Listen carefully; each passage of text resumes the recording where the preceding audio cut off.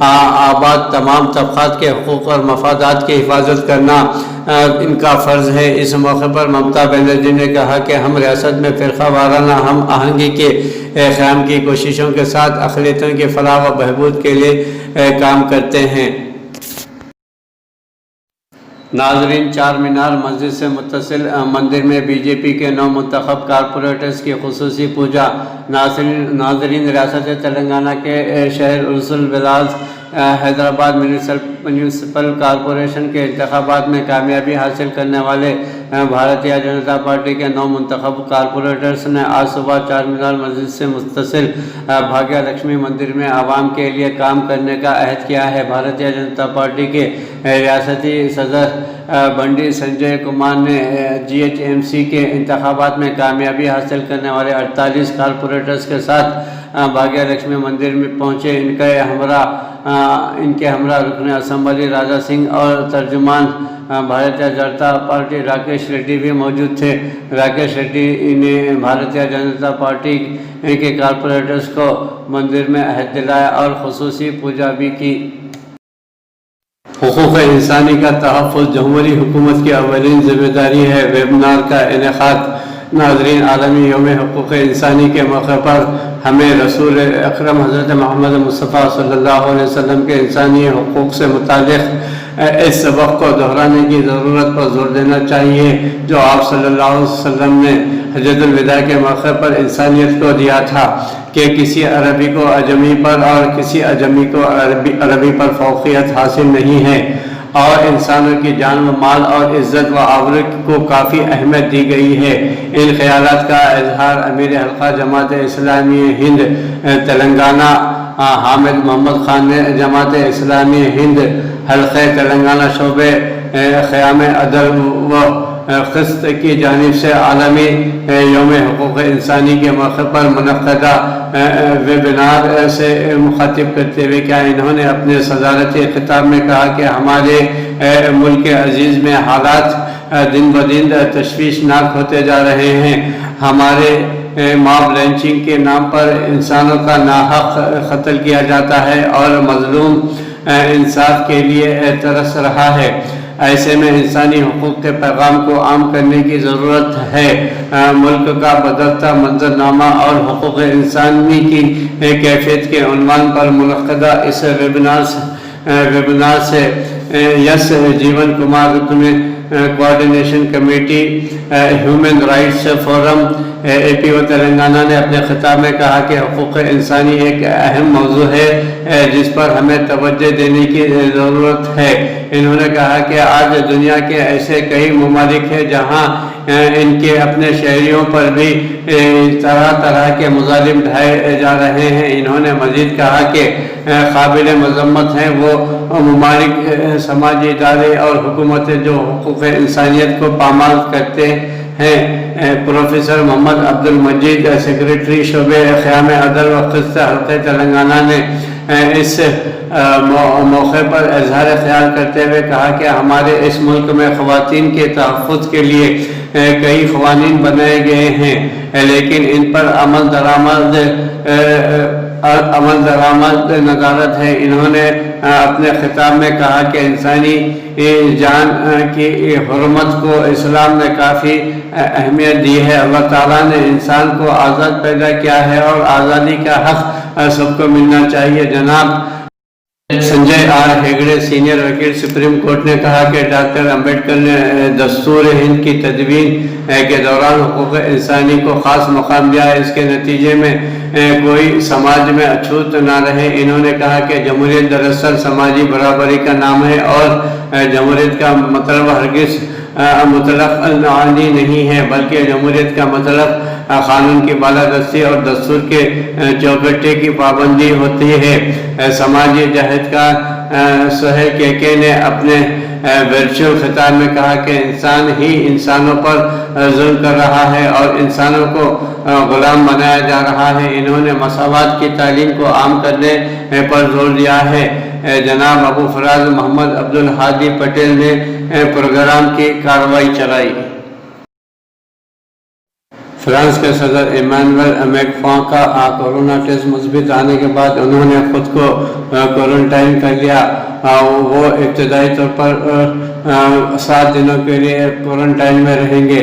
ناظرین، فرانسیسی خبر رساں ادارے AFP کے مطابق صدارتی دفتر سے جاری بیان میں کہا گیا ہے کہ آج جمعرات کو صدر میکرون کا کورونا ٹیسٹ مثبت آیا ہے، جس کے بعد انہوں نے خود کو اگلے 1 ہفتے تک کے لیے کوارنٹائن کر لیا ہے۔ بیان کے مطابق کورونا کی ابتدائی علامات کے بعد صدر میکرون کا ٹیسٹ کیا گیا تھا۔ ٹیسٹ مثبت آنے پر وہ 7 دنوں کے لیے بالکل الگ تھلگ رہیں گے، تاہم اس دوران وہ اپنی صدارتی ذمہ داریاں نبھاتے رہیں گے۔ صدارتی دفتر نے تصدیق کی ہے کہ کورونا سے متاثر ہونے کے باعث فرانسیسی صدر کا لبنان کا دورہ منسوخ کر دیا گیا ہے۔ فرانسیسی وزیر اعظم جان کیسٹیکس اور اسپیکر پارلیمان نے بھی صدر میکرون سے رابطے کے باعث احتیاطی بنیادوں پر خود کو کوارنٹائن کر لیا ہے۔ صدر میکرون کی اہلیہ کے دفتر کے مطابق بریجٹ میکرون میں کورونا کی علامت نہیں پائی جاتی، تاہم احتیاط برتتے ہوئے وہ کچھ